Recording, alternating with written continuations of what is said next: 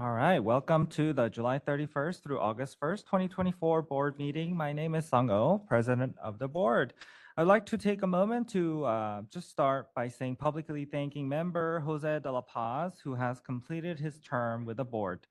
Staff will be completing a resolution to mail to Jose.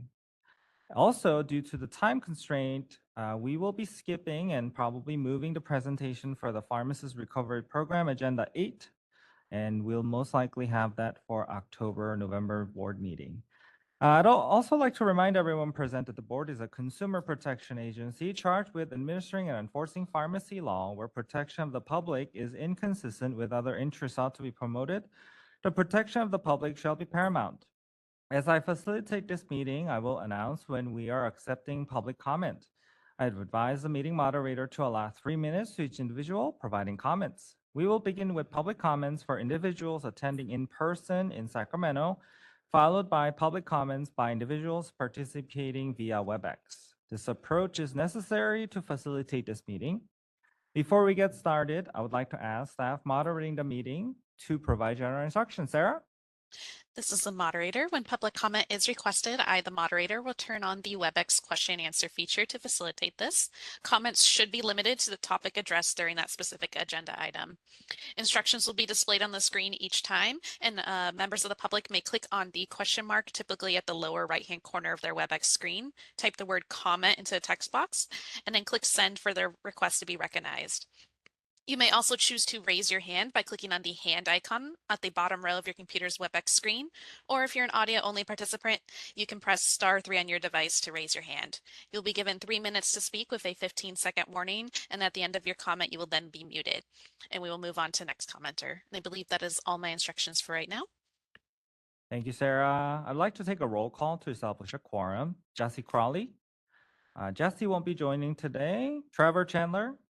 I don't believe Trevor's joining. Renee Barker. Hi, this is Renee Barker, licensee member present, and I am having to join the meeting remotely, and so I wanted to make the statement that no other individuals 18 years of age or older are present in the room with me at this time. Thank you, Renee. Indira Cameron Banks.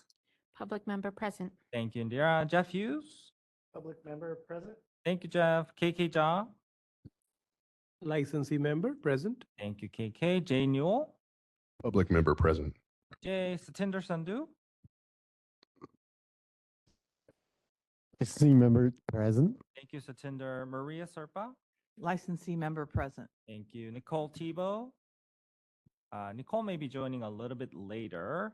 And Jason Wise. I don't believe Jason's attending.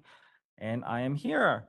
A quorum has been established. I truly appreciate everyone's time and commitment to the board and California consumers. We have a very full meeting today and tomorrow. I ask everyone participating today to be respectful of the work before the board today. We encourage participation by members of the public throughout our meetings at appropriate times. The board respectfully requests that when comments are provided, they're done so in a professional manner, consistent with how the board conducts its business. Before we move to the next agenda item, I would also like to remind board members participating via WebEx, just Renee for now, to please remain visible on camera throughout the open portion of today's meeting. If you need to temporarily turn off your camera due to challenges with internet connectivity, please remember to announce the reason for your non-appearance when you turn off your camera. Next, agenda item 2, public comment for items not on the agenda. We'll now accept public comment for items not on the agenda. You are not required to identify yourself, but may do so. I would like to remind everyone that the board cannot take action on these items except to decide whether to place an item on a future agenda. As a reminder, agenda item is not intended to be a discussion, rather an opportunity for members of the board and members of the public to request consideration of an item for future placement on an agenda, at which time discussion may occur. I'd also like to make sure the members received a few last-minute written comments that were received to you and will send to you via email. With that, we're ready for public comment in Sacramento. Seeing none, we're ready for public comment in WebEx. This is the moderator, and at the direction of the board, I have opened up the Q&A feature for public comment. Members of the public, if you would like to make a comment on items not on the agenda, please click the Q&A icon located at the bottom right-hand corner of your WebEx screen or use the raise hand function. And audio-only participants may raise their hand by pressing *3 on their device. All right, and we have a few requests, so I'll go in the order received. First, I have Jana Elias, and Jana, you'll be given 3 minutes to speak with a 15-second warning. Please click the unmute me button when the prompt appears on your device.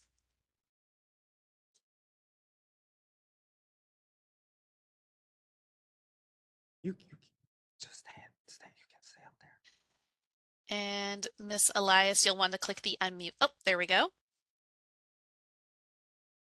Hi, can you hear me okay? Yes, we can hear you. Okay, sorry about that. It took me a little while. Okay, hi everyone. My name is Jana Elias, and I'm here today to speak on behalf of a dear friend of mine who has been incredibly ill for the past 4 years. She has been failed by traditional doctors.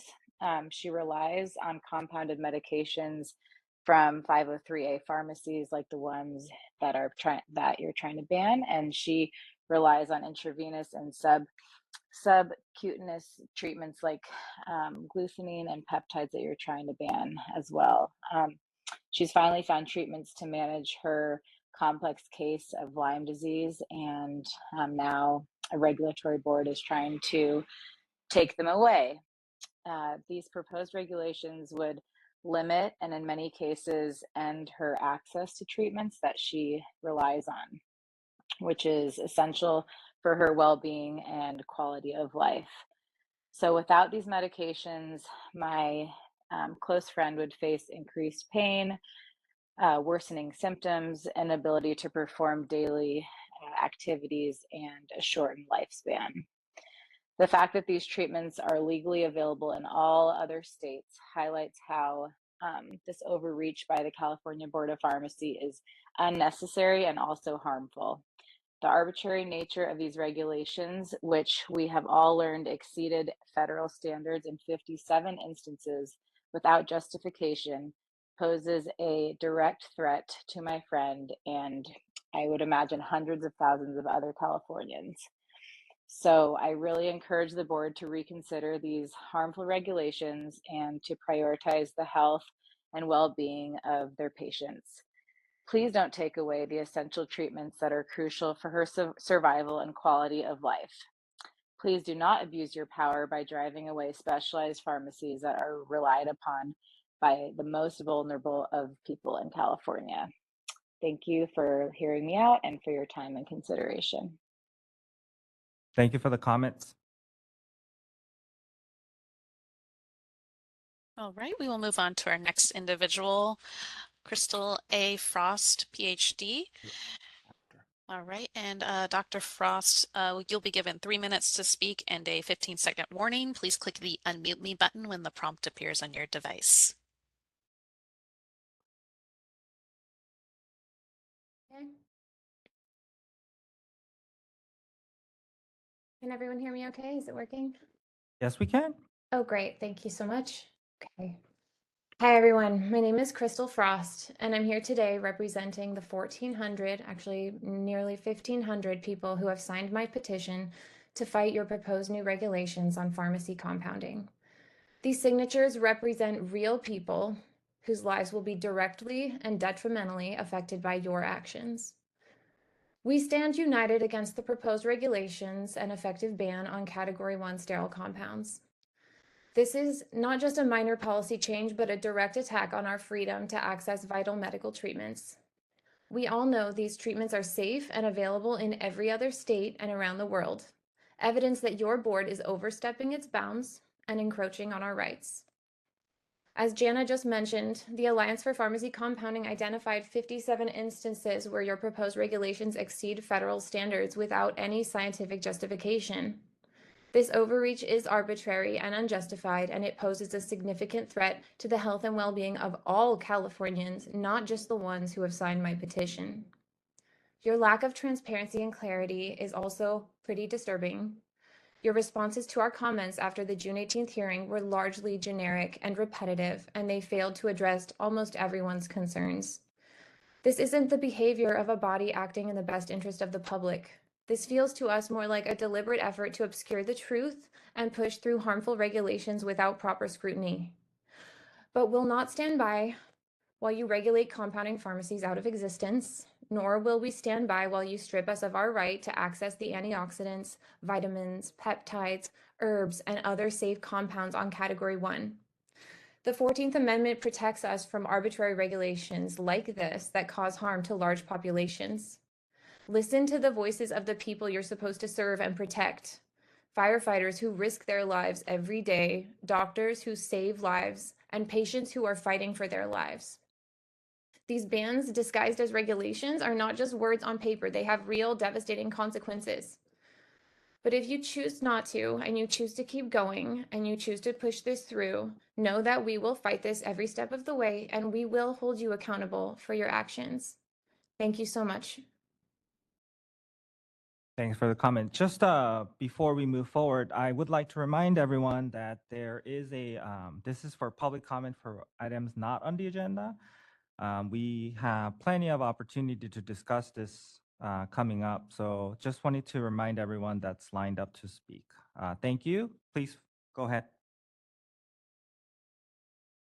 All right, next we have Monty Goddard, and Monty, you'll be given 3 minutes to speak and a 15-second warning. Please click the unmute me button when the prompt appears on your device.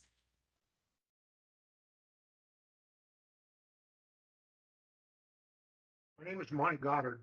I'm a licensed California civil engineer. I advocate for my wife, who has been an intractable pain patient for 2.5 decades. My wife's once well-controlled pain has been undertreated for the last 8 years, destroying her quality of life and our golden years. This injustice is directly attributable to our state and federal government's mistargeted and spectacularly failed so-called war on the opioid epidemic. I submitted a substantial written comment, which I was told has been provided to you in advance of today's meeting. I hope you've reviewed it. If not, I strongly urge you to do so. It is the content of what myself and my colleagues from across the country shared last week with senior FDA officials via a 1-hour FDA listening session. You may find it eye-opening. My public comment this afternoon pertains to only one segment of this FDA listening session: the ongoing pharmacy shortages of controlled substances, which has been made much worse by the state attorneys general nationwide opioid settlement with the 3 major distributors of controlled substances. Specifically, the state AG settlement's injunctive relief, which I will simply refer to as the injunction. On May 10th of this year, the American Medical Association, the American Pharmacists Association, the American Society of Health System Pharmacists, and the American Society of Addiction Medicine sent a joint letter to the DEA, HHS, the White House Office of National Drug Control Policy, and SAMHSA, requesting relief from this injunction's harms to innocent patients. This is a powerful letter in that it indisputably documents the injunction's harms to innocent patients unable to fill legitimate prescriptions. Here are a few excerpts from this, in my opinion, smoking gun letter. Quote, "We have received multiple reports from physicians and pharmacy colleagues that distributors are delaying or suspending orders because of the National Opioid Settlement Agreement. Pharmacies have not increased orders because of fears by distributors and pharmacies of exceeding thresholds, which would trigger suspicious order reports and subject the pharmacy and distributor to increased DEA scrutiny. As a result of the scrutiny and subsequent challenges with pharmacies obtaining sufficient stock, patients continue to face delays and denials, frustrating the nation's pharmacists and physicians," end quote. My ad, while the nation's pharmacists and physicians are being frustrated, innocent patients are being seriously harmed. You have an obligation to positively engage on this ongoing tragedy on behalf of these innocent patients. I am respectfully asking you to do so now, 15 seconds. sometime in the distant future. Thank you. Thank you for the comments, Bonnie. All right, this is the moderator. We'll move on to our next individual for public comment. And just a reminder, we will only be taking One comment per person. We will not be doing repeats. So next we have Julie 3, and Julie, you'll be given 3 minutes to speak and a 15-second warning. Please click the unmute me button when the prompt appears on your device.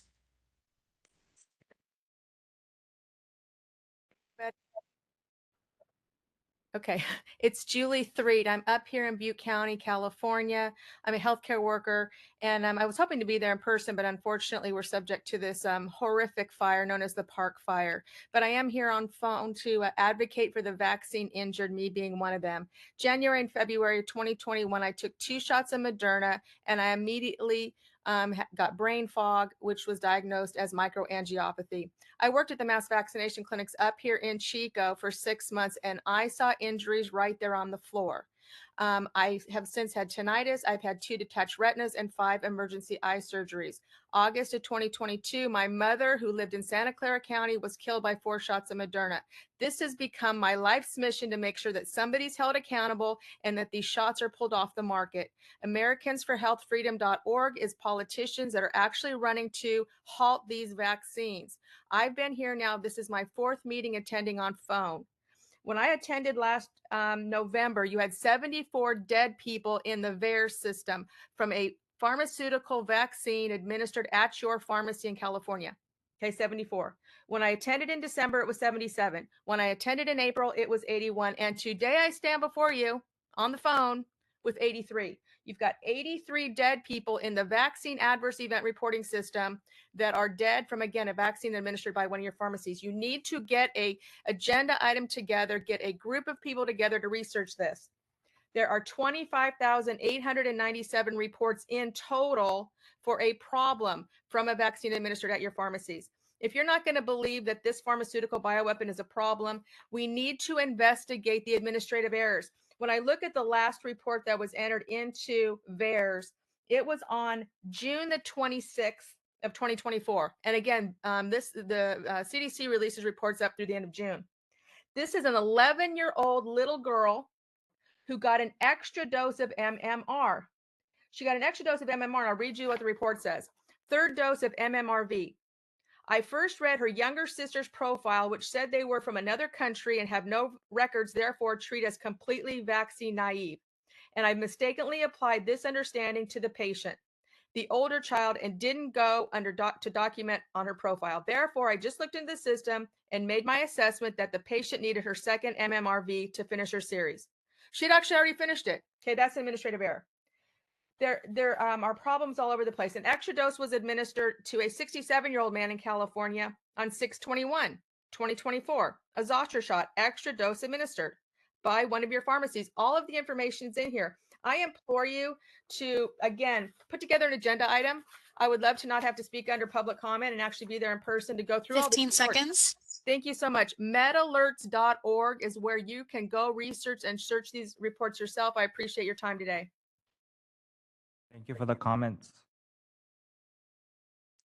All right, this is the moderator. Our next individual has requested public comment, Paul Hennessy. And then just as a general reminder, this is for items not on the agenda. Paul, you'll be given 3 minutes to speak and a 15-second warning. Please click the unmute me button when the prompt appears on your device.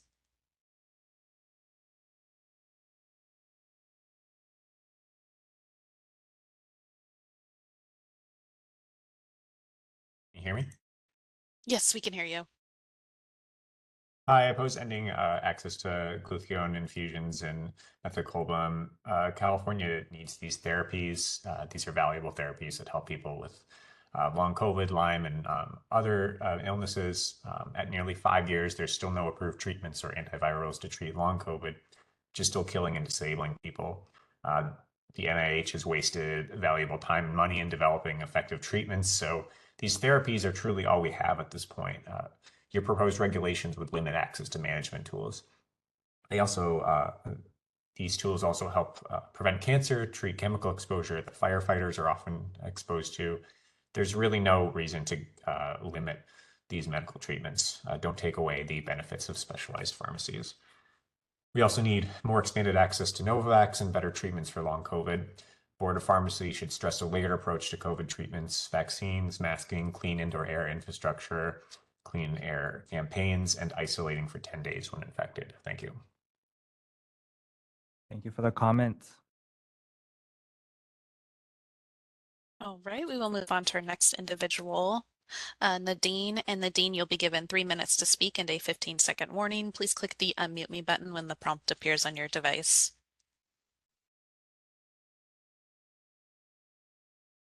My name is Nadine, and I represent PharMerica. We have multiple closed-door pharmacies in almost every state, including California. We're still looking for clarification on a point in reference to AB 1286.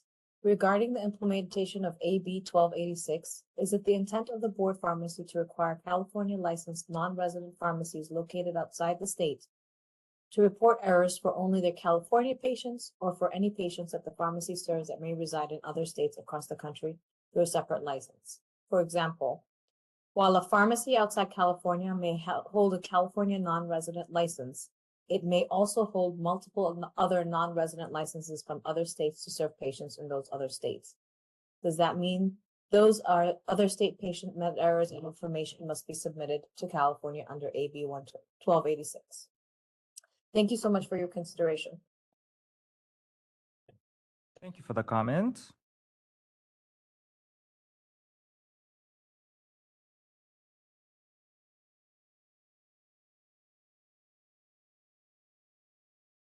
All right, this is the moderator. Next we have Fuad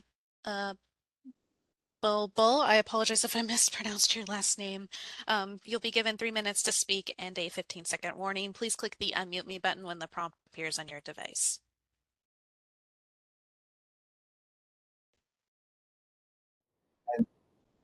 No worries on spelling say my last name correctly. My name is Fuad Bulbul, advanced practicing pharmacist coming to you from Clovis, California. I practice in oncology and I'm representing myself. I'd like to recommend the addition of advanced practice pharmacists to have the ability to order samples, as noted in Section 4061 in the California Pharmacy Law Book, for distribution of drugs as a sample. Currently, it lists other healthcare providers, but not advanced practicing pharmacists. The second recommendation I would like is for clarification on Section 1730.1 in application requirements for advanced practice pharmacist licensure on who is able to attest for the 1,500 hours required to become an advanced practicing pharmacist. It currently states a written statement from the supervising practitioner, program director, or health facility administrator. As of right now, the Board of Pharmacy Law Book does not define supervising practitioner, so this may lead to confusion on who is considered a supervising practitioner. And I myself personally was not able to attest for another pharmacist, so that's my recommendation. Thank you for your time and consideration. Thank you for the comment. All right, this is the moderator. Next I have Lou Sterzinger. And Lou, you'll be given 3 minutes to speak and a 15-second warning. Please click the unmute me button when the prompt appears on your device.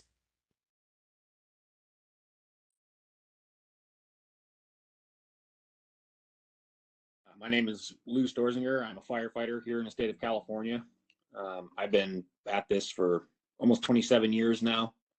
I have fought fire up and down this state. And I'm here today to ask you to consider what you're doing as far as the compounding pharmacy rules that you're trying to put in place. And the fire service itself has, over the last decades, done incredible work in reducing cancer risk.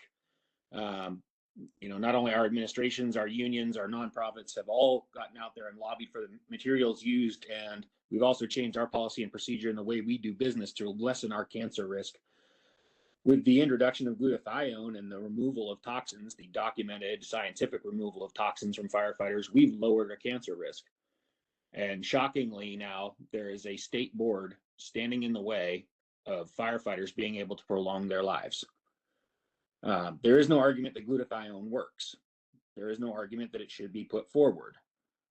It's a large overreach by the Board of Pharmacy, and frankly, it borders on criminal for what you're going to put firefighters through. We've given a massive amount of our time, and frankly, we've taken a lot of time off of our lives, putting in the work that we've put in up and down this state. We signed up knowing that what happens in this job could cost us life and limb. What we didn't sign up for was to get cancer. Now we have the ability to lessen some of that risk, and it's going to be taken away from us. That is unacceptable.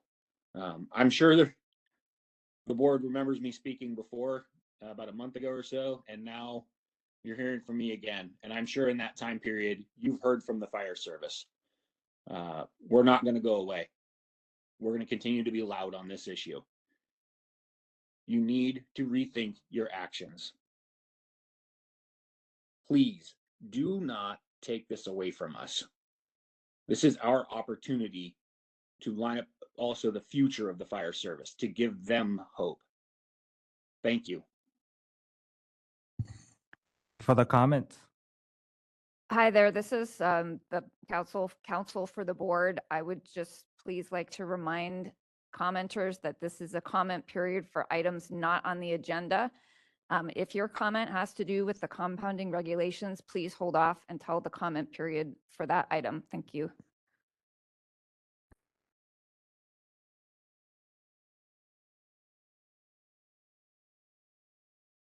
All right, this is the moderator. I believe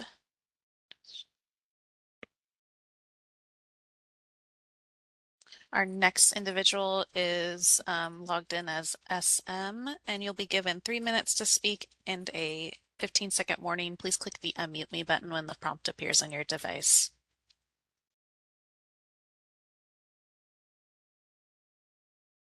Speak to the proposed language in 1736.9E that excludes Category 1 substances. I would like to share with you why it is critically important that these Category 1 substances be protected and expressly included and approved.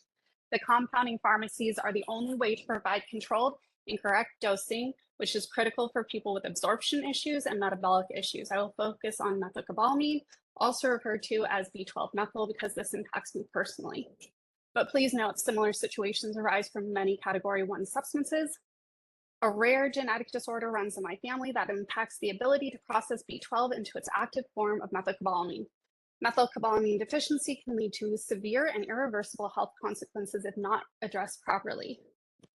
After a certain stage, the impact of the deficiency becomes non-reversible, resulting in permanent neurological damage, which can manifest as permanent loss of sensation in limbs. I'm motor so impairment. sorry. So sorry. I see you're identified as SM, correct?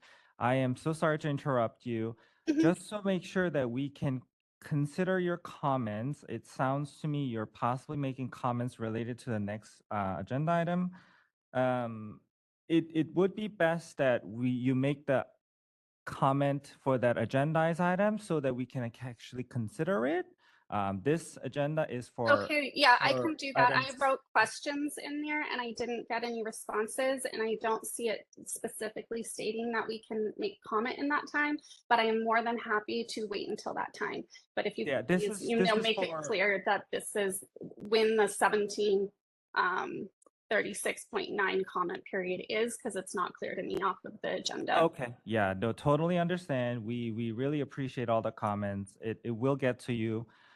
This is for items comments for items for not on the agenda. So you can please come back and make your comments during the agendized section. Okay. So for Thank you so anyone else much. also queued up, please make sure if you have any comments related to the next agendized item, please feel free to drop off. If you have something else, please stay on and make your comments. Thank you, everyone.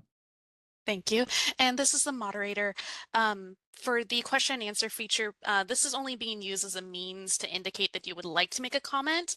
So please do not type in it as a chat function. Please just type comment, and that is a way for me to identify that you want to make a public comment. With that said, I will move on to our next individual who would like to make a comment for items not on the agenda. Call-in user 6, and call-in user 6, if you you'll press *6 on your device to unmute, and you'll be given 3 minutes to speak and a 15-second warning. Hi, this is Dave Bray. I'm actually commenting on an agendized item. I will wait for that agenda. Okay, perfect. I believe you'll press *3 on your device again to lower your hand. Got that. Thank you.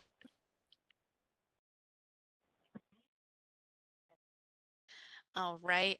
Next we have Danielle, and Danielle, you'll be given 3 minutes to speak and a 15-second warning. Please click the unmute me button when the prompt appears on your device.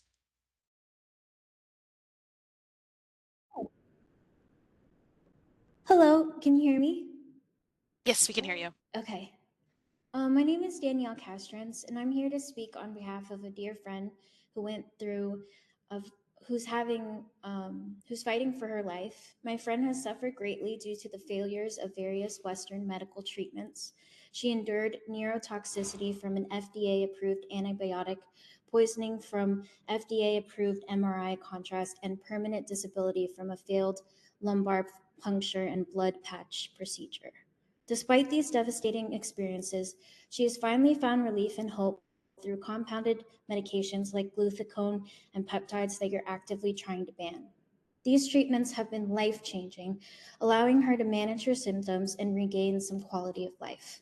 The Hi, proposed Danielle. Again, I'm so sorry to interrupt. If you have a comment related to agenda item 4, maybe you're referring to that. So I just want to make sure for you to be able to make your comment so we can consider it. It has to be during the agendized item.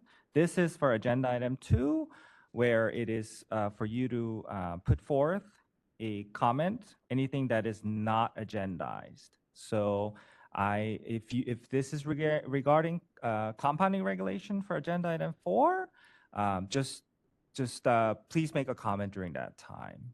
and when would that be? It'll be agenda item 4. It's coming up very soon. And we don't have like an exact time, like when that would occur. Yeah, that there is no time. We will probably get to it in the next 15 minutes, hopefully. Okay, because I'm literally on my lunch break trying to make a comment.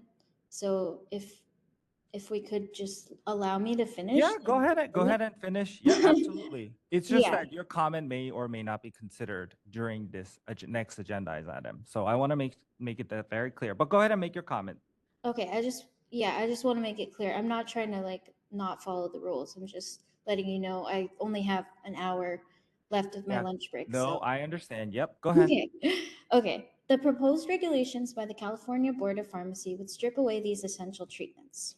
This is not just a policy change. It is a direct attack on the health and well-being of those who have already been failed by the system. It is deplorable and reprehensible to regulate away the very treatments that have provided a second chance for my friend and many others like her. I urge the board to reconsider these harmful regulations and to prioritize the needs of patients who rely on these critical medications. You are a regulatory board, not a deity. Please stop abusing your power by trying to take away people's lifeline. Thank you and for your attention and consideration. Thank you for the comments. I hope you can come back for our agenda item 4 so you can make your comment officially there as well. Thank you for the comments. All right, this is a moderator. I'm going to move to people who have indicated that they would like to make a public comment in the Q&A. I apologize for the long wait. First, I have Keith Yoshizuka, and Keith, you'll be given 3 minutes to speak and a 15-second warning. Please click the unmute me button when the prompt appears on your device.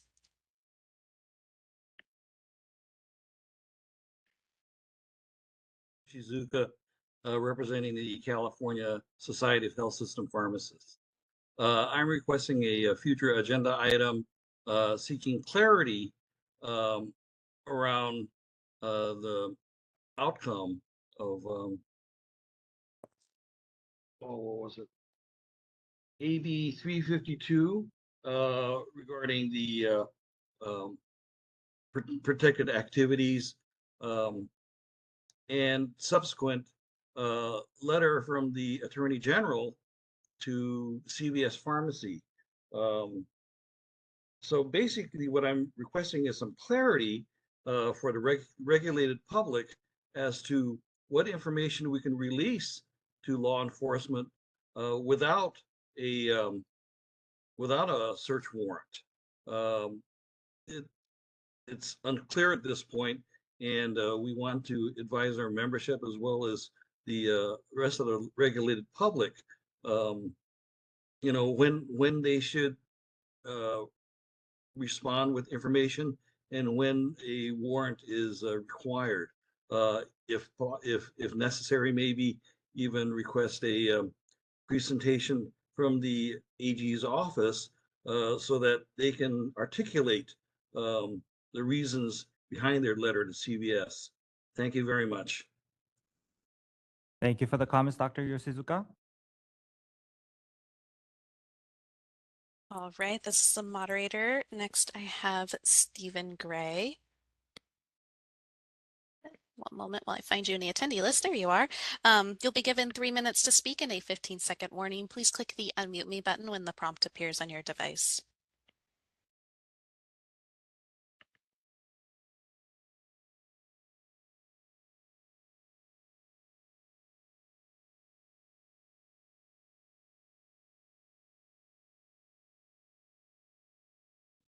I also want to make a request for a future agenda on basically the same subject that Dr. Yoshida just talked about.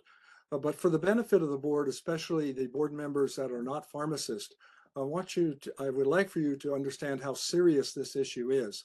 There is a statute, a long-standing statute, in fact, several statutes on the books in the pharmacy law book that say that a pharmacist that during normal working hours must open their files to any authorized officer of the law.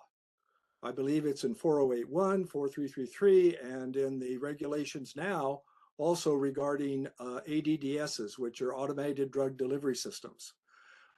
There have been pharmacists who were arrested for obstruction of justice, put in handcuffs, taken from the pharmacy. All their patients and staff were ushered out of the pharmacy. Chains and padlocks were put on the door because the pharmacist said, who was a brand new young PIC, 3 months owning the pharmacy, said, I need to check with my lawyer about giving access to that patient information. There have been other PICs who've been threatened by the inspectors from the medical board with the same action. Fortunately, we were able, with the help of the assistant attorney general that was helping the board of pharmacy at the time, to intervene and clarify to that PIC, and they were given extra time to comply. So we now have a situation where this letter interpreting this new statute, but it doesn't, in fact, we have inside information that the assistant attorney general that wrote the letter on behalf of Bonta, the attorney general, didn't even know about the pharmacy statutes to which I'm referring and how they were treated by local district attorneys, officers of the law, the Medical Board of California, and even the Board of Pharmacy. So we need to put that on the agenda to get clarification, and we need to get it urgently clarified. Thank you. Thank you for the comments, Dr. Gray.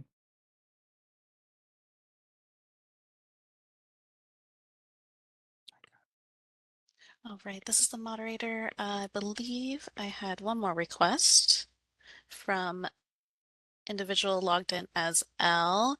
And L, you'll be given 3 minutes to speak and a 15-second warning.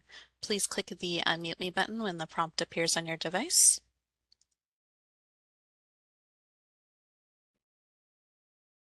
Comment. I want to confirm whether my comment would be on record for agenda item number 4. This is not agenda item 4. This is agenda item 2. Then I will reserve my comment because you did say people couldn't provide 2 comments, right? Per comment period. Okay, per comment period. Wonderful. I will save my comment for agenda number 4. Thank you. Thank you. All right, let me double check. I don't believe we have any other requests for public comment. Would you like me to close that Q&A panel? Yes, please. Thank you. And just want to make sure there's no public comment in person. All right, we are ready for members. Members, any comments? Anything to bring up? I think we have a couple that we are already trying to see what we can do to bring it to the next agenda item. But anything else? President O, it's Nicole. Oh, hi, Nicole. Oh, I was going to wanted- get to you. Oh, thank you perfect. so much. I just wanted to announce that I'm here and there's no one over the age of 18 present in the room. Thank you. And for the purposes of minutes, that's sufficient, right? Okay. All right. President O, I'd like to comment on a couple of items that were brought up by the public. I wanted to thank Mr. Goddard for his comments regarding controlled substances and access. That's something that the board and the Enforcement and Compounding Committee is very much interested in, and it is on a future agenda item for the Enforcement and Compounding Committee. Thank you. The second item that I found very curious that I'd be suggesting that we learn more about is the use of samples. The speaker spoke about having advanced practice pharmacists providing samples, but I think that maybe it's something a little bit more broadly so that we could learn more about the current use of samples. Samples in healthcare has a historic use, and so it'd be kind of interesting to learn more about what the current use is. Sounds good. Anything else, members? All right. We are ready to move on to next agenda. We're going to lighten up a little bit. So before we get diving into our next topic, recognition and celebration of pharmacists licensed in California for 40 years. The board's recognition of pharmacists licensed in California for over 40 years is posted on our website, and pharmacists are provided with a certificate when they reach this significant milestone. Do we have anyone in the room today? Don't see anyone. Anyone in WebEx? Sarah? This is the moderator, and at the direction of the board, I've opened up the Q&A feature for members to indicate that they would like to be recognized.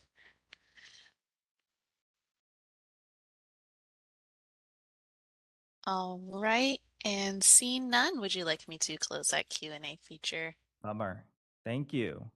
Congratulations again to everyone who has been a licensed pharmacist for over 40 years. The board, thank you sincerely for your contributions to public health. All right, next agenda item 4, discussion and possible action related to proposed regulations, Title 16, California Code of Regulations, and repeal of section 1708.3, 1708.4, 1735, and 1751, an addition of sections 1735, 1736, 1737, and 1738 related to compounding drug preparations, including review of any comments received during the 45-day comment period and regulation hearing. Next on our agenda is review of comments received in response to the board's proposed regulations regarding sterile and non-sterile compounding, hazardous drugs, and radiopharmaceuticals.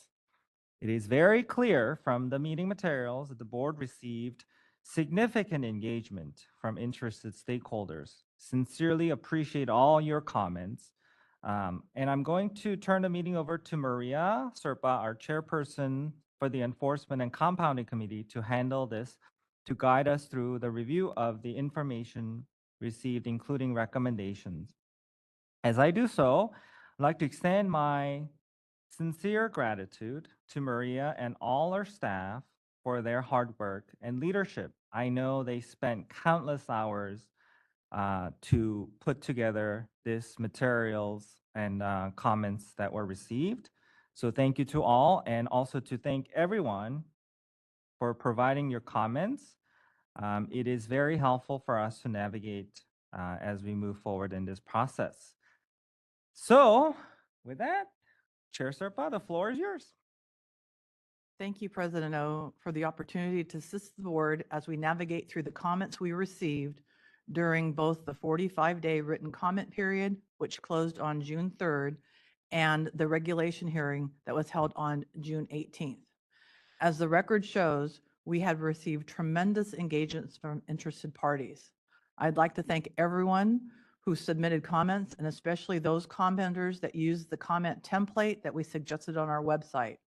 Your specific comments and recommendations were very helpful. I would also like to thank staff who worked on reviewing the comments and providing us with recommendations. I believe staff spent approximately 200 hours combined during these last few weeks in their reviews and consideration. I know that they spent at least 40 hours with me reviewing and discussing the many comments received. We have a very dedicated staff of subject matter experts. As we begin, this has been a long process, so I'm going to go through how we got where we are. We're going to remind everybody about the development of these regulations that began as far back as 2019. In anticipation of USB chapter's effective date, 2020, California State Board meetings began in February 2019 with a series of public meetings convened by the Enforcement and Compounding Committee.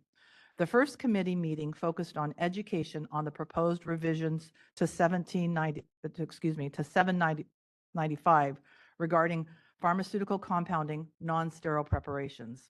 You can follow along on the slides on these dates if that's helpful. This was followed by additional educational meetings, including March 2019, when the committee meeting was convened to focus on education on the proposed revisions to USP 797, pharmaceutical compounding, sterile preparations, and an April 2019 meeting was convened to focus on the education on the new proposed Chapter 800, hazardous drugs handling in healthcare settings. In addition, in June 2019, a committee meeting was held focusing on education on the provisions on the new proposed USP Chapter 825, radiopharmaceuticals, preparation, compounding, dispensing, and repackaging. Following these meetings, in July 2019, the Compounding Committee considered proposed amendments to regulations related to pharmaceutical compounding of non-sterile preparations. In September 2019, the Compounding Committee met on 2 occasions, September 5th and September 24th, where the committee and stakeholders focused on discussion and consideration of proposed regulations related to pharmaceutical compounding of sterile preparations. During the July 2019 meeting and the meetings in September, the committee again engaged in a collaborative process with public, reviewing and editing proposed text during these meetings in response to comments received from stakeholders. On November 5th, 2019, in light of the delays of USP, the committee considered a draft policy statement to provide stakeholders with guidance on the applicability of board compounding regulations and USP compounding chapters while the USP appeals were pending. I believe it's important to note that in addition to the committee meetings, stakeholders also provided an opportunity with feedback to the board during board meetings throughout 2019 when it was agendized.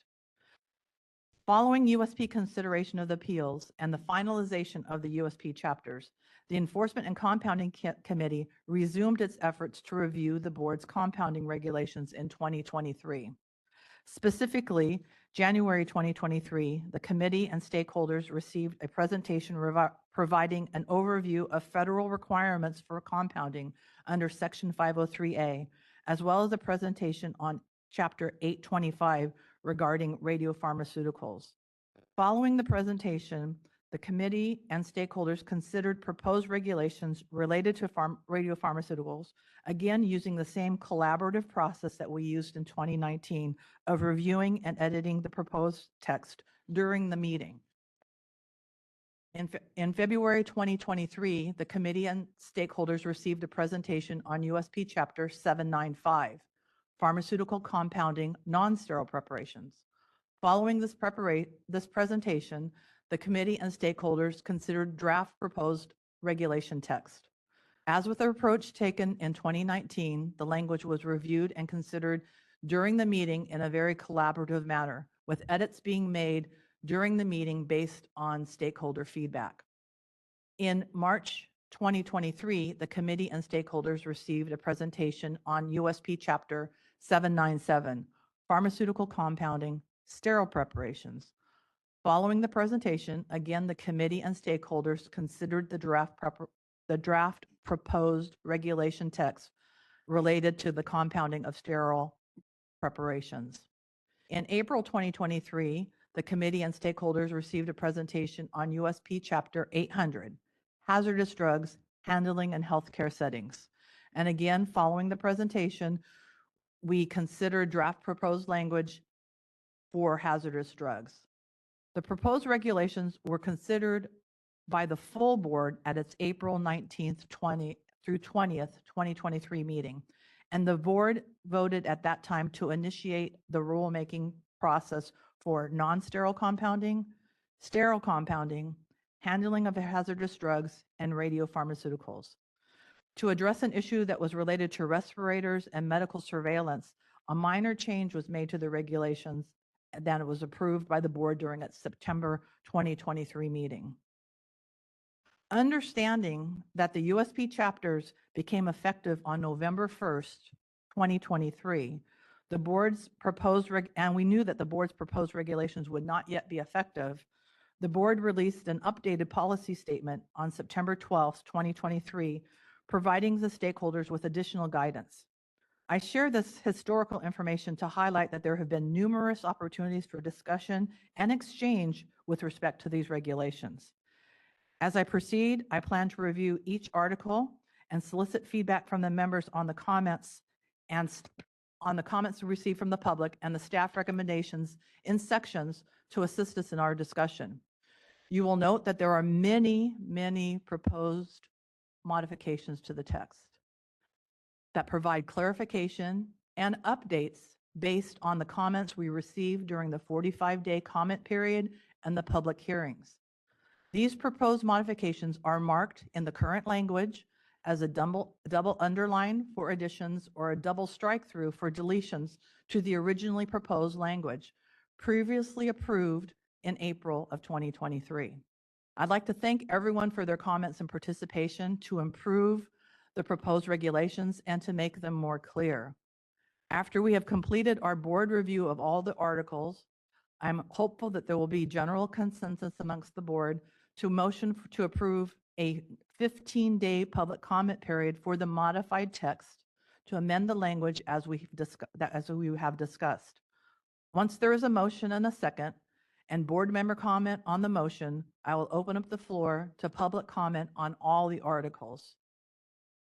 I trust everyone has had an opportunity to review the voluminous meeting materials, which include the comments received, staff recommendations, and text. I appreciate that the meeting materials were made early for this meeting to allow everyone significant time to review and consider, especially to review the new language being proposed with all the changes. As a reminder, the proposed regulations are to clarify or to make more specific California compounding regulations in light of the USP chapter updates that became effective on November 1st, 2023. The proposed regulations, our proposed regulations that we're talking about today, do not repeat federal law or USP standards, but clarify the board's standards for compounding to augment federal law and USP standards. While the proposed regulations appear to be entirely new, many of these concepts are in existing regulation. Since we are renumbering the compounding regulations and creating new articles to match the organizational format of USP, all the regulations have been reorganized. So many of the concepts that we're going to be talking about today are in existing law. Members, do you have any questions about this process before I begin? I just want to ensure that there'll be a moment where we can all speak to this. We're going to go through, so to repeat, I'm going to go through every section step by step, and board members will have an opportunity to speak at every section.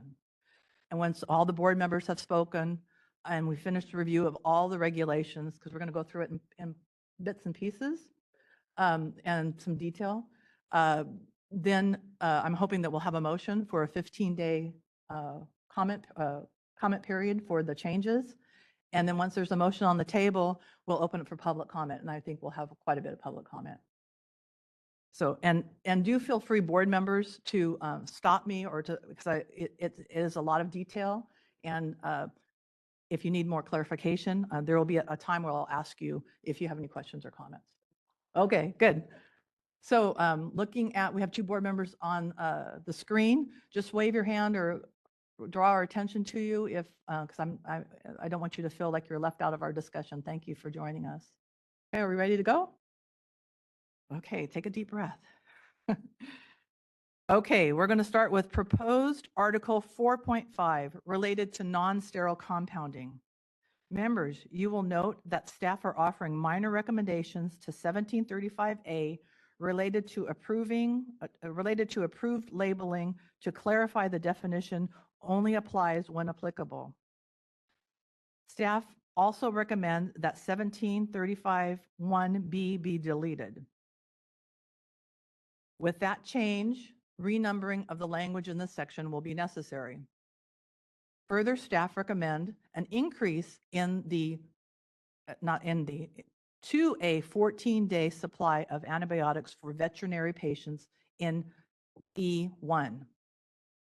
The recommendation is directly in response to comments received during the 45-day comment period and subsequent hearing that were specific in nature. Also in this section, staff recommend including an exemption to consultation requirements in subdivision H in specified settings. This change would address an issue raised by a number of commenters regarding consultation requirements. Further, staff recommend, I believe, is a non-substantive conforming change to subdivision I of section 1735.1. So this is the first section we're going through. So my question to you members is, reviewing just those two sections, 1735 and 1735.1, do you have any questions on the changes or the remarks related to the changes or comments received? I do. Okay, Do you want me to go first? go for it. All right. So first, essentially a copy. This definition, I just wanted to check with staff. Is this our current definition in our regulation? Or are we adding this? Because I'm just trying to have an understanding of why we are trying to do this when it's defined in FDA. So just hoping to kind of, if anyone can speak to that first. So that is a good question because things are only in our regulation if they're not exactly the same as Right. what's in USP. And so there are some minor differences to USP in the language being proposed. I can only say that it is similar in current language. I don't have in front of me right now what exactly is specifically different. And I think my thinking is my goal when I'm reviewing this is one, again, I do not want to take access. And that is never our intention. I just want to make it very clear because we've had so many comments that alluded to that. That was never the intention of the board or myself or anyone here, I believe. So I just want to make that very clear. So just not to interrupt, but that issue is actually in a different section. This is just the definition of what is essentially a copy, and then how essentially a copy is used or interpreted is in another section. Oh, so second that, exactly. So I don't want there to be a interpretation given too much to inspectors. I want it to be clear so that inspectors are not giving two different definitions. And to me, this is a very, it's to me a little confusing to tell you the truth. So I would like for us to come up with some ways to evaluate if this is really necessary, or if this is necessary, then I would like to hear more about why there may be to that. Second thing that I see that I would like us to touch upon is the shortage. I know that this is a similar language, but I do really want to have some opportunity for a situation, because in a real world, it is not just possible for us to grab a wholesaler and say, if okay, our wholesalers runs out of a stock, so I'm gonna go find another wholesaler the next day and try to obtain a product. That just doesn't happen in real world. So I'm hopeful that we can find some ways to open up a little bit, where if they can be documented at a time within certain periods, that they can be compounded in terms of shortage. So that's again, President alluding Oa, not to seven- interrupt you, but that is in another section that talks about when you can compound when there are shortages. It's very, very specific that gives to clinical judgment and the perception, not the perception, but the interpretation of the pharmacist at the location as to when they can compound. We very specifically refer to clinical judgment of the pharmacist in a different section. So 1735.1 F1, that's what I'm alluding to, Maria, right there.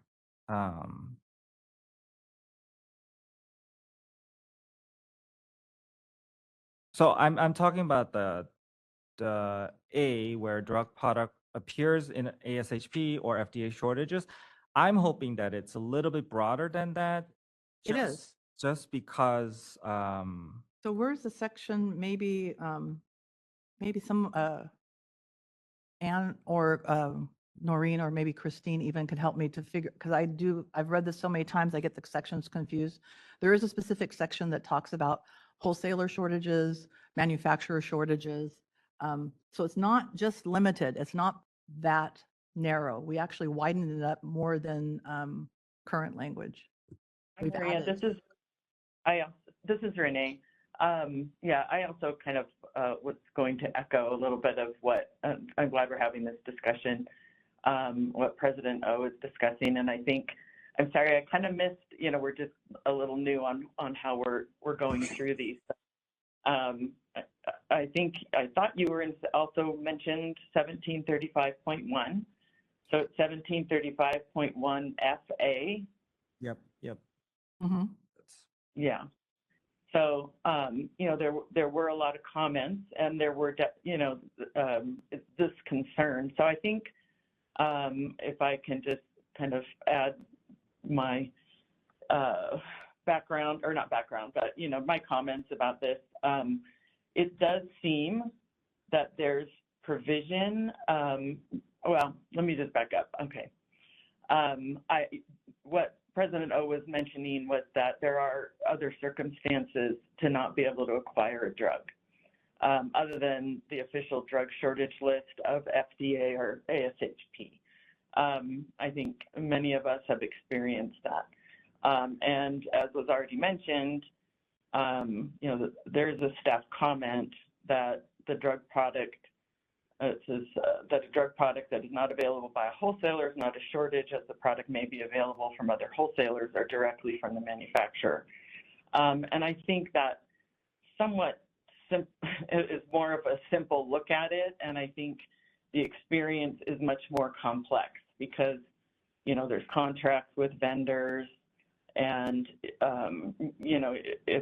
if one doesn't have it, then other ones may not. I think there's definitely an area where, it's not on the shortage list or not on it yet, and drugs cannot be acquired. So what I did want to discuss, including this, was in the proposed regulation, I think a key part seems to be the second part, which is produces for that patient a clinically significant difference. Let me just read it.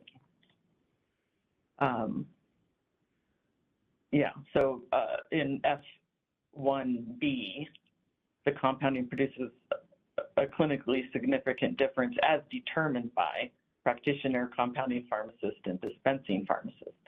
So in the staff responses, it seemed that for a drug that you cannot acquire and that's not on the FDA or ASHP list, that a clinically significant difference would be not being able to have continuity of care with that drug if there's no other therapeutic alternative, which I would agree with. I'm just wondering if the language is easily interpreted that way. And now I do see both of your points. I think that that's something that probably could be worded a little bit more clearly to not appear to be so. We have to have some understanding of what the limitations are, because there are examples of this situation being abused and consistently items being compounded that are readily available. So on the opposite end, we have to be not so strict that those that are difficult to obtain are not being limited also. So I do see that. I think that was part of our discussion, and why you see that in the responses is the impression was that B should provide more guidelines, but it comes across to some, and maybe most, as not providing guidelines, but just providing limitations. So I understand that. Thank you. Yeah, I agree. I read very similar to the way Renee and Member Barker and also President O, that it was very restrictive and the response was not very clear of what they could do, and it would leave them like if inspector was to come, they would want a proof of maybe a invoice not being, like it was out or something like that. And it's not always so easy to have a contract with a manufacturer directly established at that point to be able to order, or so there's the contractual issues that can come into play. So I think it would be great to kind of define, make it more clear so that gives more guidance to it. Okay. So I think that one of the things that we could do is, we are going to be having another 15-day comment period. So my assumption is that there may be opportunities to make additional changes, or if you, because I think it might be too difficult to, and we would never finish today if we started to try to make corrections right now. But if you would let us go back and work on that to be included in the 15-day comment period. Anne, go ahead. Yeah, the only thing that I just want to just remind everyone is that there's federal requirements in this area as well. And so as we're working to thread the needle here, we need to make sure that, where we're providing additional clarity, we are not overstepping what is allowed in federal law. Yes, thank you. I appreciate that, and thank you for bringing that to my attention. And I do encourage you to continue to bring things to my attention, because, as I said, part of the challenge for me personally is that, I'm reading this so many times that now I have confirmation bias, and so I see what I think I see, but maybe that's not what's there. So let me know, okay? Members, any other comments on these two sections? Just one more thing about I think it is responded, but just wanted to confirm this compounding pharmacist and the dispensing pharmacist thing, where I want to make it clear that it can be one person if if it happens to be, that it doesn't have to be. And I think that may have an opportunity to be also clearer. So just okay. That's my last comment about 735.1. About the same section, I was wondering, in many cases, we, like when the prescription is dispensed, we keep track of who did the data review, who did the product review, who did the labeling review. Do we need to be specific as to state all those, because you could track that, and is it necessary to label that? Because, for example, if you're doing the labeling review, you're not going to necessarily, you can assume that the other pharmacists. So you bring up an interesting concept, because I think as pharmacists, we want a lot of detail. And I think as board, we're trying to be broad so that you can provide those details that work for your facility in your SOPs. We're broad about the dispensing pharmacist and the compounding pharmacist, and how you break that down into your SOPs is really facility specific, because everyone does it a little bit differently. I think somebody on WebEx wanted to speak. Yeah, hello, Marie. This is Renee. I just wanted to add a correction in the staff notes, which is referencing, that says staff notes further, the proposed regulation text is consistent with the board's current regulation, and that reference was incorrect. So it's actually 1735.2 D3. So just in case it makes it challenging for someone to find it. You're correct. Thank you. Thank you. Okay, moving on to section 1735.2. Again, in response to public comments received, staff are recommending a change in subdivision A to ensure consistency in language and other provisions of law related to direct supervision and control. You will also note that staff are recommending deletion of subdivision B and conforming changes made in the section, which are also response to public comments received. Changes are being recommended to focus on the core competencies established in USP, also in response to comments received. Recommendations to amend section 1735.3 are also made to update the language and to clarify some of the requirements. These changes are again in large response to the comments received and highlighted where the board's regulation language could be more concise. Members, do you have any comments on the changes to 1735.2 or 1735.3 or any of the remarks made to the comments? I do, but I don't want to go first unless I'm the only one. Go ahead. Okay. All right. So on 1735.3A, I know there's some similar language in USP. I'm just trying to understand how much does a supervising pharmacist have to go? Is it really just looking at him? Or is there anything else? Because I'm a little concerned about, I could be wrong. I'm not a lawyer, Corinne, so I don't know what I'm talking about probably, but I'm just a little worried about the privacy aspect and the health information, the HIPAA aspect of it. If I'm supervising pharmacists, then how much depth do I go? Like, I think it should be requirement that a compounding personnel volunteer these information, not the pharmacist who's supervising. Because supervising pharmacists may ask questions that I don't feel comfortable asking an employee. So I just wanted to bring that, and I could be totally wrong. I'm missing a mark here, but I just don't want that supervising pharmacist to be in some sort of liability or trouble, whatever it may be, because they're asking too detailed questions looking into someone's health. So that's my point. Oh, I wanted to look up what it says exactly in USP 1735.3. Yeah, this is Renee. I wanted to also somewhat echo and just the statement that, like, or any other medical condition, without kind of maybe qualifying something that will, you know, and I know they took out contaminating condition because that might be is also vague. But I do feel like a hard. So to answer Sung's question, USP is specific that the designated individual, which in we actually talk about being the supervising pharmacist or the PIC in different situations.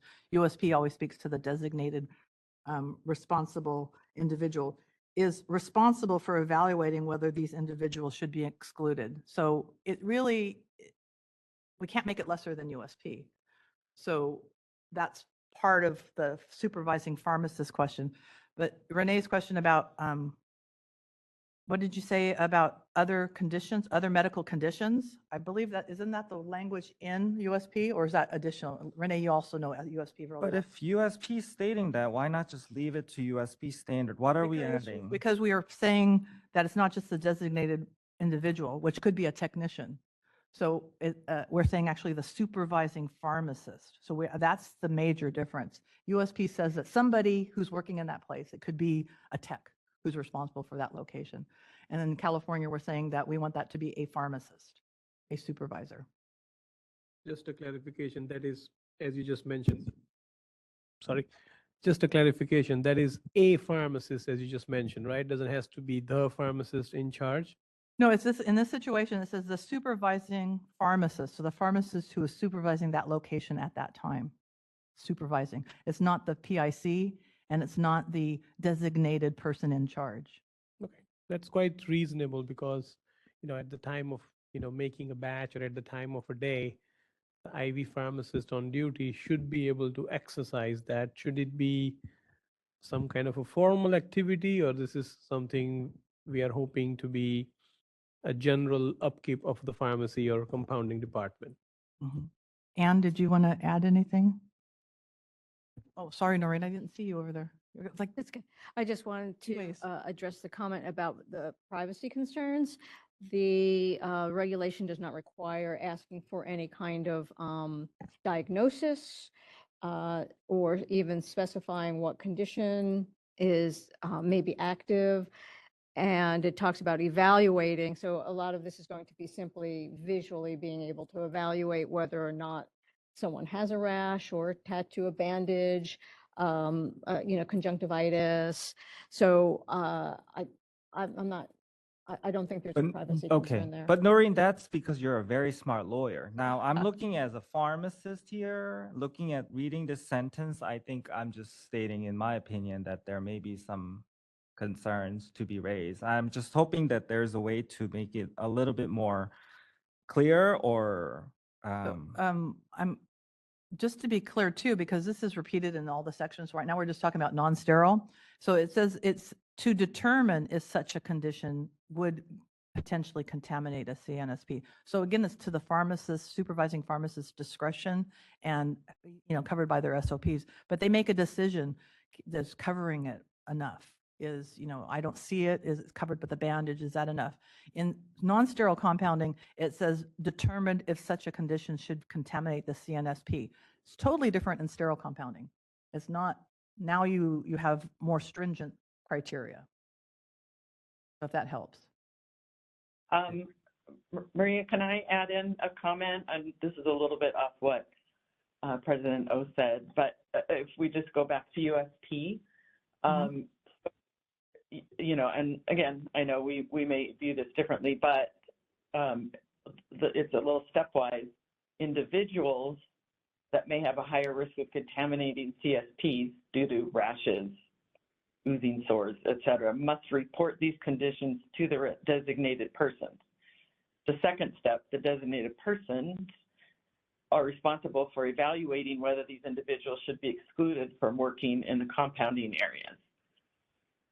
So there is that stepwise. Also, in terms of the designated person is responsible, they can also delegate that responsibility. That is not always going to be that person on that location. I think maybe Satinder earlier, somebody who's there, like might be again, it would be worked out like an SOP of that. But it is true that the compounders in this case would be reporting, or well, would be direct oversight as well, reporting to whatever the process, to the designated person or their designee about a contaminating condition, even though I know we took that out. So I just feel like that the wording might be a little challenging about this. If it's the, supervising pharmacist. So I think it's also a little bit difficult for us as pharmacists, especially if you're involved with writing your own SOPs, is the regulations are not meant to be SOPs with step by step. So the regulation specifically says this is the goal. How you get to that goal is up to the individual institution, organization, facility. So the regulation is saying the supervising pharmacist shall be the one who evaluates it. How they evaluate it could be written in your SOPs. Person must self-report.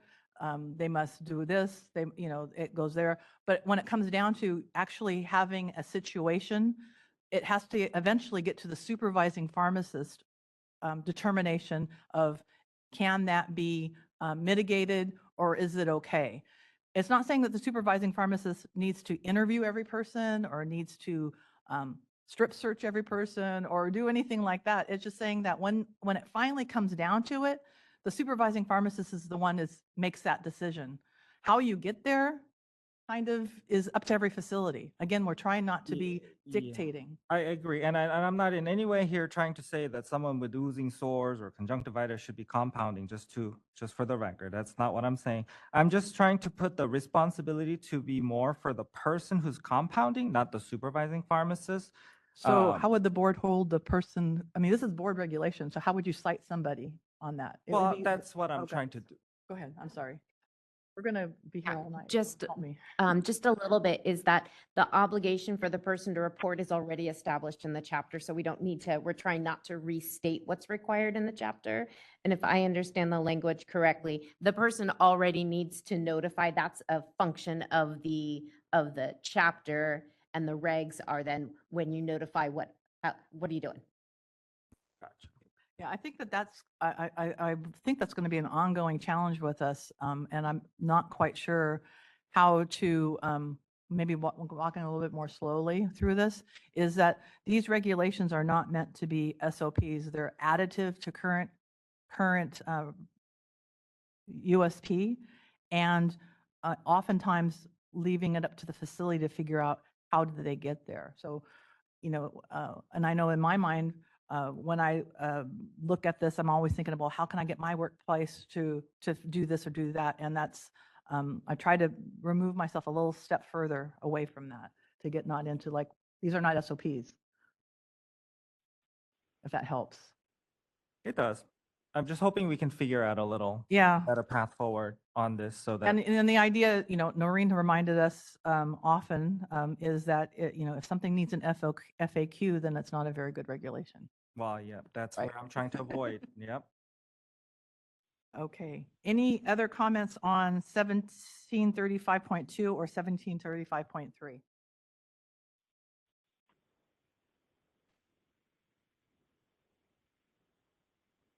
Okay, next on 1735.4, 1735.5, 1735.6. There are very minor changes being recommended.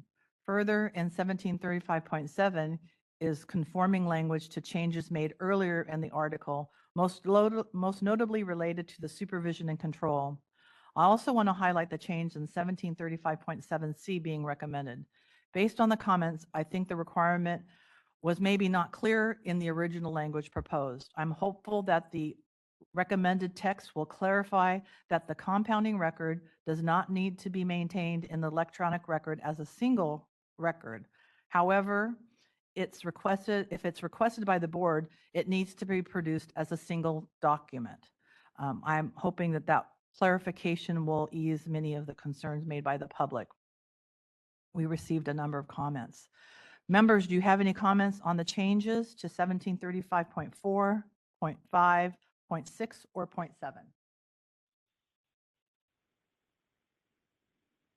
That was an easy one then. Okay. Next one is there is recommendation to update the text in 1735.8 to clarify that both compounding and dispensing pharmacists are responsible for the compounded product. I do want to note that some commenters asked about the scenario where compounding pharmacists and dispensing pharmacists are the same. There is nothing in the language that requires two different pharmacists to be involved. Rather, when there are two different pharmacists involved, they share the responsibility of the provisions in this section. That was a comment that was earlier made also. Section 1735.9 included some recommended minor changes as well as a significant change to the labeling requirement in subdivision C, which as recommended would provide an exemption to the labeling requirements for non-sterile compounded products that are administered in specified settings. This was another area where the board received significant comments, and the recommended language is in direct response to those comments. Members, do you have any comments to the changes in 1735.8 or 1735.9 or the remarks to the comments received? Of course, I do. Okay. On 1735.8, second sentence, a pharmacist performing or supervising the non-sterile compounding and the dispensing pharmacists are responsible for the integrity, all that section. Just want to make it clear, hopefully there's too many or and, so I just don't want them to cause any confusion. On 1735.9, labeling A2, name of compounding facility and name of dispensing facility. I'm just curious what sections of the law allows that to happen for non-sterile compounding. So for my education, I would like to know in what circumstances that actually happens. Because I'm not well versed in this scenario where a compounding pharmacy is different than a dispensing pharmacy. So I would like to learn more about that. That's my comment. I'm not sure. Ann, can you give us a situation? I could not personally. If it's okay, maybe we can either take that question offline or we can schedule a agenda item on that. Okay. Maybe I have a question. I have a question. I'm not sure which section it was. I thought it was in 35.7. I might have missed it. But the expiration dates, I know it's minor, where it says the non-sterile pharmacy to, instead of days, add the time similar to the sterile compounding. And the board's response oftentimes was that, to be consistent. But to me, like in community pharmacy, it's like if they're doing compounding, it would be a lot of education, and it just like seems like wouldn't serve any patient safety purposes, or it just be inspector just correcting these, offering these corrections. And I don't know if that's really the point here. Like if we could just leave it off. I think that might be in 1735.10. That. I think it Yep, might be. yep, it's coming in 10. 10. Okay. 10. Okay. No, it's actually, this is Renee. Weren't we reviewing 1735.7 also? 0.7 was previously, but if you had something, go ahead. No, I'm just referring to what he was referring to. Isn't it? Sorry. Making sure 1735.7 C1. Yeah, C1. That's where I was referring to. Yeah. Oh, the time of compounding. I think the grid has a response and you don't agree with the response? Or you just had wanted further evaluation? I think it's okay. Sorry. Okay. Renee, any other comments? We're on anything that we've missed? Or we're on 1735.8.9, but I don't want to, if something has missed, go ahead and let me know. Okay.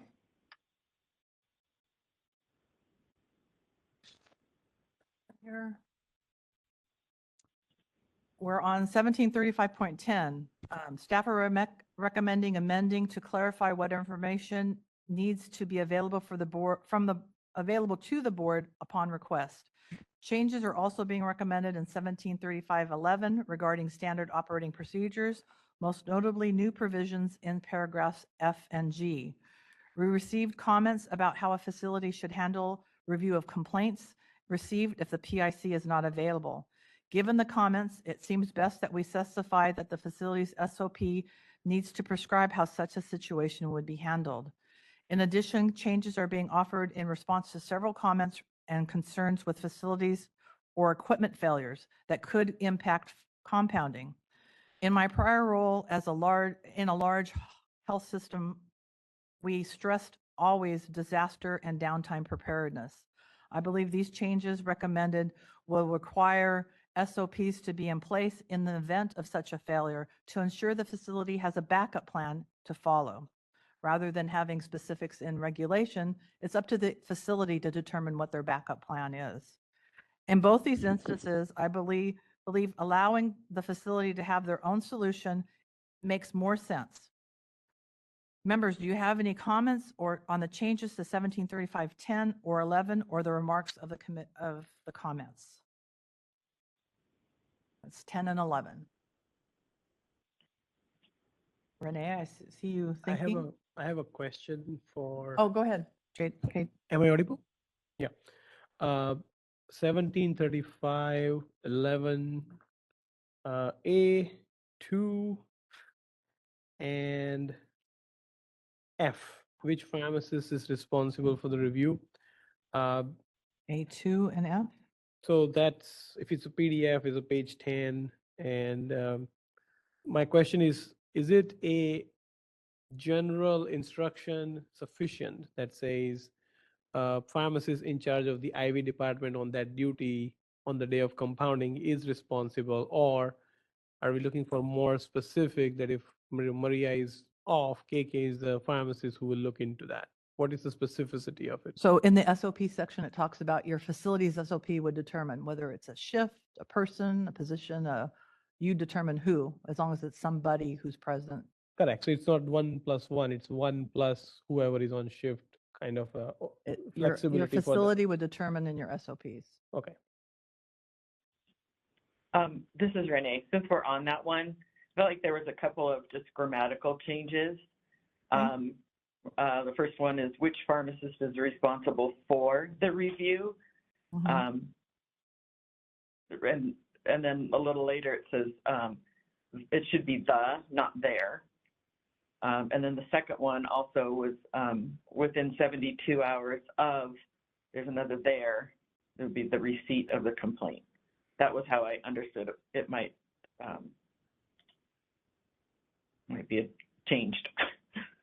Okay, thank you. Yeah, so, and then for 10C, the only thing regarding that one was in reference to other USP chapters, I feel that and I think in most instances now, most of them have their actual name and not just number, but in this one it does not.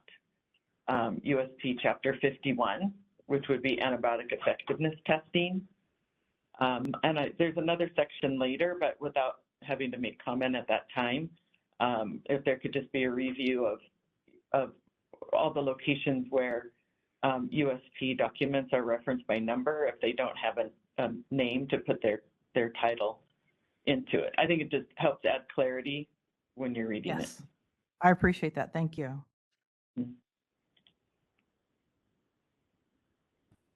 Go ahead. All right. So on 173511, can someone just address about the requiring advisable chapters? So USP chapter 1163, is that really necessary? Like, is there a different way that we don't incorporate all these chapters? I just feel like we are adding so many layers to it, and I just think that this is causing too much complications possibly in the future. So what is the benefit, I would like to say, of incorporating that into this?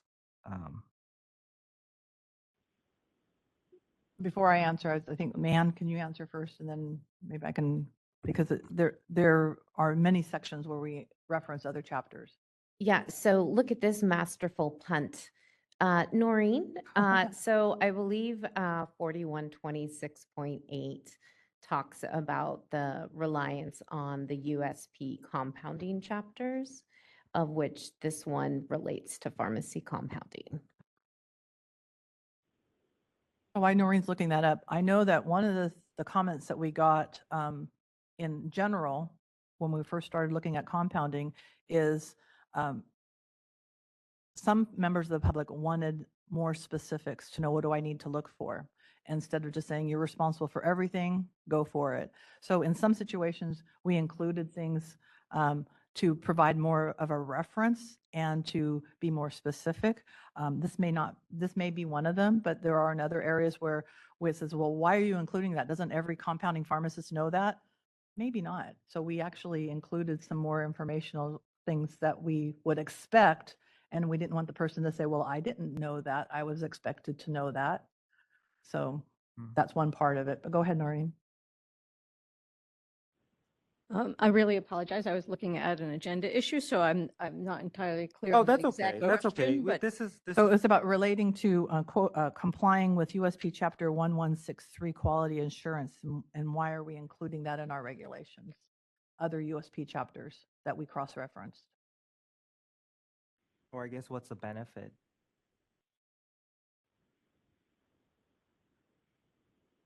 The benefit is to not have an FAQ also.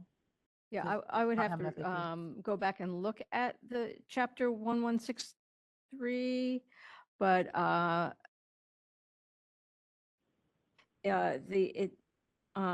the section 4126.8, in addition to saying that the standards shall be consistent with the current version of the USP, it says the board may adopt regulations to impose additional standards for compounding drug preparations. So I believe that the committee saw that that particular chapter was also relevant to this particular area of the SOPs. Okay. Okay. Members, any other comments on section 1735, 10 or 11? So, Mr. President, if you could help me keep track of time when it's time for a break, because I'm completely lost track of what time it is. No worries.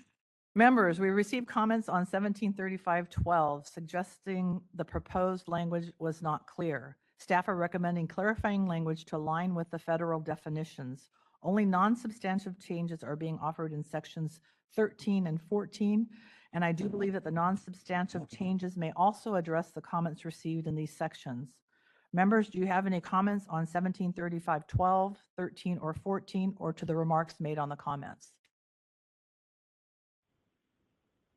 I'm just going to boldly make a comment. I don't feel comfortable, just me personally, incorporating too many USP chapters into our regulations. That's just my comment. Okay. Any other comments?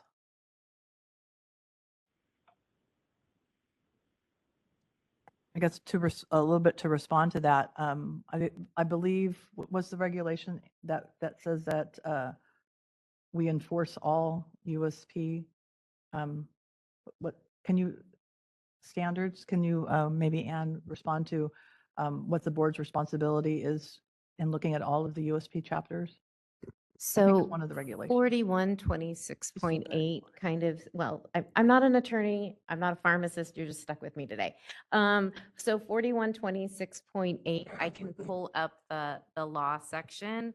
The compounding of drug preparations by a pharmacy for furnishing, distributing, or use in the state shall be consistent with the standards established in the pharmacy compounding chapters of the current version of the USP, National Formulary, and then it goes on from there. And so I believe in part, it is the quality assurance is specific to pharmacy compounding.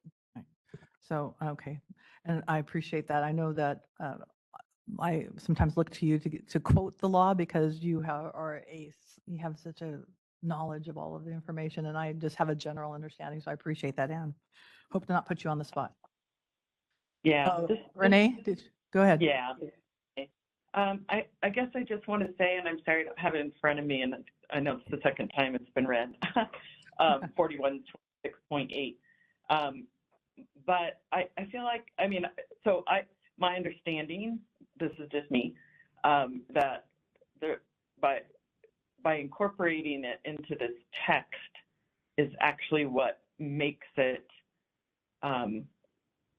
it becomes regulation, but maybe in USP language becomes compendial. But these chapters, over 1,000, right? Those are not, according to USP, compendial. So they're for information purposes only. So there's actually, USP has a identify an official text, kind of FAQ, and they address that specifically, said because it's not possible to enforce these unless they become a regulation. So I feel like 4126.8, when it says incorporates like all the chapters, I feel like that's maybe that needs to say compendial chapters. To me, that would be the application, because otherwise, I mean, there's so many USP chapters that have no bearing on, let's say, compounding.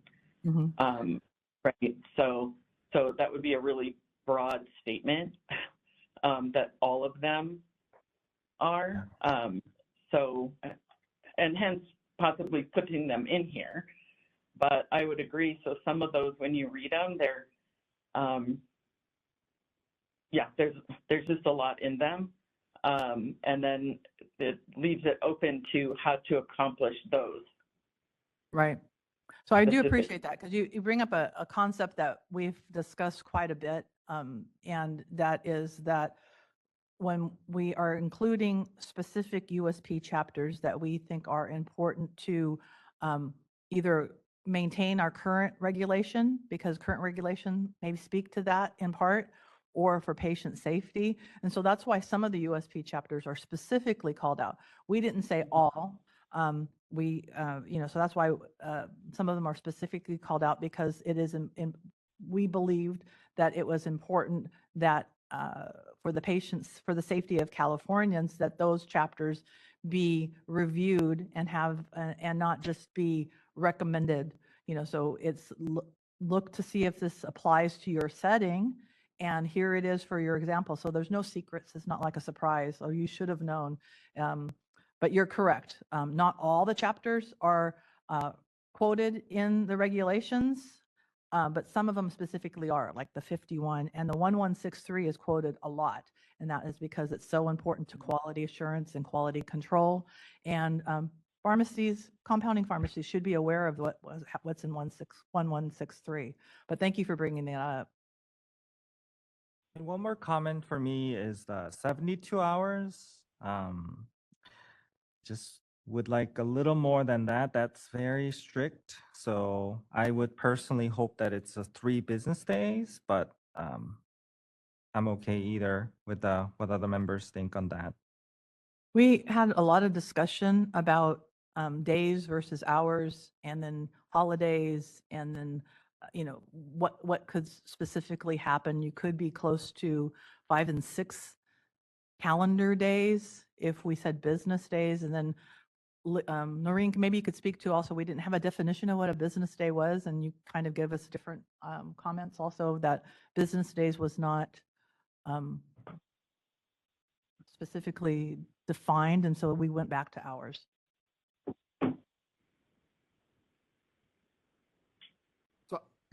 Can we do that 120 hours or something, a little more than 72 hours? That just seems a little too much for my taste. But Go ahead, Noreen, first, and then Anne can speak to what other regulations say to report. Yeah, I think that was the discussion that we had about a business day, whether it was the business day of that particular pharmacy, and there would not necessarily be consistency there with what a business day was. So I believe that's why we went to a specific number of hours. Mm-hmm. It's not entirely. So, and Anne, is 72 hours consistent with other reporting requirements and other regulations? In the sterile, but I'd have to. Okay. I think in the sterile, but I'll need to confirm. We were trying to be consistent and certainly not in trying to marry the what's not too onerous, but what's required for patient safety too. Difficult line to watch. Straddle that line. Any other comments to any of the non-sterile compounding? Because we're about to switch over to sterile. Probably should take a break. Sterile. Want to? After the sterile? Go. Finish 14. We're done with sterile compounding. Did we just? Non-sterile compounding. I'm just trying to, I'm sorry, we're having a discussion. Yes, 12, Oh, I have 13, and comment about 14. 14. Okay. Sorry. That's okay. So this audit trail, I know it's responded, but I am not able to really, I'm sorry, sometimes pharmacist in me comes out, and it really is hard for me to try to conceptualize how to make this work. So is 3 years, can we make 3 years clear both A and B? Because I think it needs to be clear that it's just 3 years of audit trail is what I read from the staff recommended comments. So I would like to incorporate 3 years of audit trail, because I cannot fathom someone having audit trail for a pharmacy that's open for 30 years, somehow having audit trail. So that's my comment on that about. Oh, I'm sorry, did I cut you off? Go ahead. So Noreen, isn't A and B additive? So we wouldn't want to repeat A inside of B. It'd be both. Maybe you can help with that. Don't they stand on their 14. own? No, it's A and B and C and is the way we'll ask the attorney. Are you asking whether or not a pharmacy needs to comply with both A and B? Well, maybe you can restate it, or I can, Dr. O was saying that it's not clear in B that that would only be for 3 years because it only says 3 years in A, and in B, it doesn't say the number of years.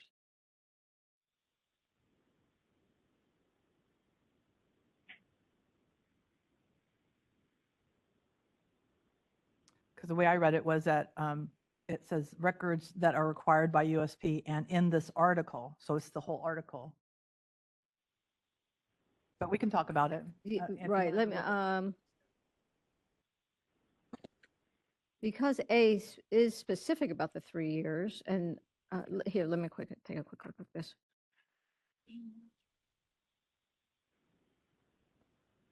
We're going to take a break. Okay. Go ahead. We can go back and look at that to make sure that that is legally correct, that it would be 3 years of audits.